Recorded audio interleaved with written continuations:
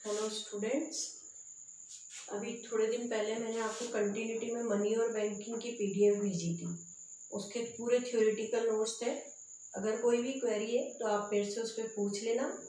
और मैं आपको ये बता रही हूँ, एक टॉपिक था क्रेडिट क्रिएशन, तो मैं आपको इसमें क्रेडिट क्रिएशन वाला टॉपिक है, ये हो सकता है आपको डायरेक्टली समझ में ना आए, इसलिए मैं इस टॉपिक को आपको वीडियो के थ्रू एक्सप्लेन कर रही हूँ। इसमें बेटा ये था कि जैसे क्रेडिट क्रिएशन बोले या इसको हम मनी क्रिएशन भी बोलते हैं, ठीक है ना, मनी क्रिएशन।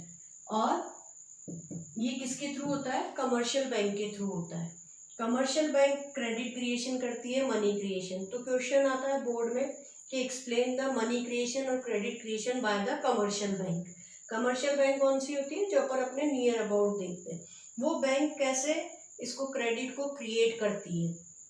देखिए इसका क्या प्रोसीजर रहता है। ऐसा होता है कि जैसे इनिशियली हमने कोई डिपॉजिट करी, कोई भी बैंक में अकाउंट खुला, किसी का भी कोई भी एक नया अकाउंट बैंक में खुला और उसने 1000 रुपीज सपोज वहाँ पे डिपॉजिट करवाए।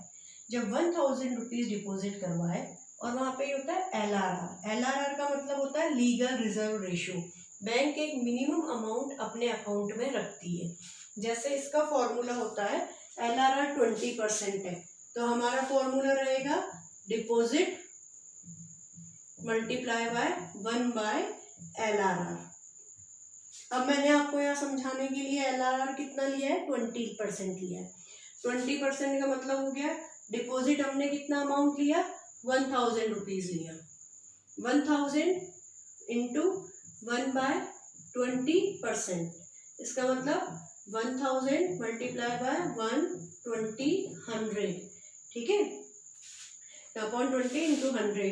अब ये हो गया हमारा 5 और ये इक्वल्स टू 5000। इसका मतलब अगर बैंक के पास में कोई नया अकाउंट 1000 रुपीज का खुलता है और बैंक उसका 20% अपने पास में रखती है, तो अब बैंक क्या करेगा? उसका 20% रखने के बाद में उसकी मिनिमम पॉसिबिलिटी कितने क्रेडिट की बन गई? लोन देने की 5000 की बन गई है। अब कैसे बन गई उसको देखो। 20% रखा बैंक ने, तो जब 20% रखा, जिसने भी अकाउंट खोला, बैंक उसका 200 रुपीज एज ए 20% अपने पास डिपॉजिट अमाउंट पे रखेगी, रिजर्व में रखेगी। रिजर्व में रखेगी तो बाकी 800 को क्या करेगी? वो लोन में दे देगी। लोन में दे देगी तो कहीं ना कहीं पे खर्च होगा वो पैसा और वापस बैंक के अंदर एज ए डिपॉजिट अमाउंट आएगा। बैंक के पास में फिर 800 रुपीज से नया अकाउंट वहां पे खुल जाएगा, या नए 800 रुपए वहां पे कैसे भी बैंक के पास में आ जाएंगे। अब जब बैंक के पास में आ गया तो बैंक फिर उसका 20% अपने पास में रखेगी और 20% रखने के बाद में बचे हुए पैसे को क्या करेगी? रुपयों को क्या करेगी? वापस से लोन में दे देगी। फिर उसको लोन में देने के बाद में वापस से बैंक के पास में नया अकाउंट कितने का आ जाएगा? 640 का। फिर बैंक इसका भी अपने पास में 20% रखेगी, जो 128 है। कौन से अमाउंट का है? इसका है ये 20%। और इसका 20% रखने के बाद में बचे हुए अमाउंट को बैंक क्या करेगी? लोन में दे देगी। फिर ये अमाउंट भी क्या होता रहेगा? एज इट इज चलता रहेगा।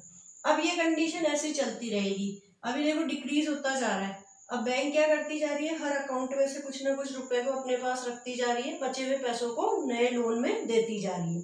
वो पैसा फिर डिपॉजिट हो रहा है, बैंक उसमें से भी मिनिमम रिजर्व अपने पास रख रही है और बचे हुए को लोन में देती जा रही है। ऐसी कंडीशन ऐसा चलता रहेगा, चलता रहेगा। ये 5000 हमें कहाँ मिलेंगे? जब बैंक हिसाब लगाएगी तो ये टोटल डिपॉजिट अमाउंट बैंक को अकाउंट में अपना जब हिसाब लगाएगी तो 5000 रुपीज बैंक के अकाउंट में जमा हो जाएंगे। और बैंक के पास बैंक ने कितने रुपए से बनाया उसको?